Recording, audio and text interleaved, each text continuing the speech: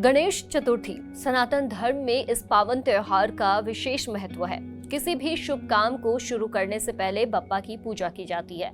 लेकिन गणेश चतुर्थी का नाम सुनकर मन में सबसे पहले मुंबई के गणेश उत्सव का ख्याल आता है।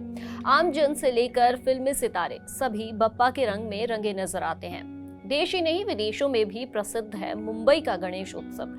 लेकिन क्या आपको पता है कि बिहार में भी ये त्योहार हर्षोल्लास से मनाई जाती है। मुंबई के गणेश उत्सव से अलग, जहां गणपति बप्पा की मूर्ति सजाकर गाजे बाजे के साथ पूजा होती है, बिहार के मिथिलांचल में इस दिन भगवान गणेश की पूजा होती है। साथ ही चंद्रमा को अर्घ्य दिया जाता है।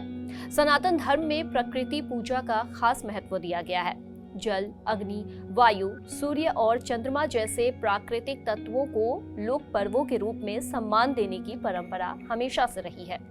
बिहार में गणेश चतुर्थी के एक दिन पहले ये पर्व मनाया जाता है। यहाँ इस पर्व को चौड़चंद या चौठ चंद्र कहा जाता है। यूपी और झारखंड के भी कुछ हिस्सों में चौठ चंद्र मनाई जाती है। एक और इस दिन जब पूरे देश में चतुर्थी का चांद देखने से लोग डरते हैं, वहीं इस दिन बिहार, यूपी और झारखंड के कुछ हिस्सों में लोग चांद की उसी तरह पूजा करते हैं जैसे छठ के दिन भगवान सूर्य की आराधना होती है।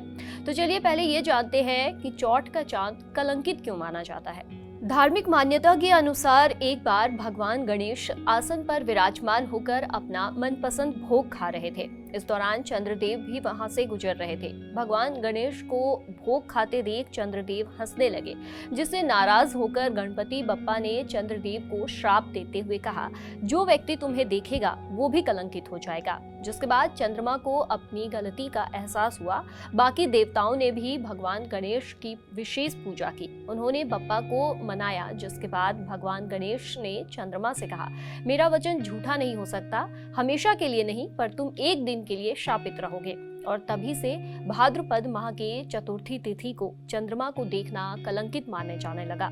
तो आइए अब जानते हैं कि जब इस दिन चंद्रमा को देखना मना है तो फिर क्यों बिहार के लोग, खासकर मिथिलांचल के लोग, इस दिन चांद को अर्घ्य देते हैं। मान्यताओं के मुताबिक इस परंपरा के पीछे मिथिला नरेश राजा हिमांगद ठाकुर की ऐतिहासिक कथा जुड़ी है। 16वीं सदी में टैक्स चोरी के झूठे आरोप में मुगलों ने उन्हें कैद कर लिया था।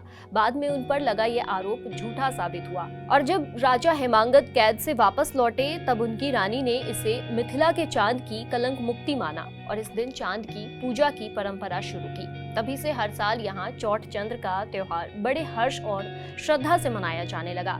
इस दिन यहाँ घर घर में भगवान गणेश की पूजा होती है। फिर शाम को खुले आसमान के नीचे महिलाएं चावल के आटे से रंगोली बनाती हैं, जहाँ व्रतधारी महिला फल फूल और पकवान से चंद्रमा को ठीक उसी तरह अर्घ देती हैं जैसे छठ पूजा में भगवान सूर्य को अर्पित किया जाता है।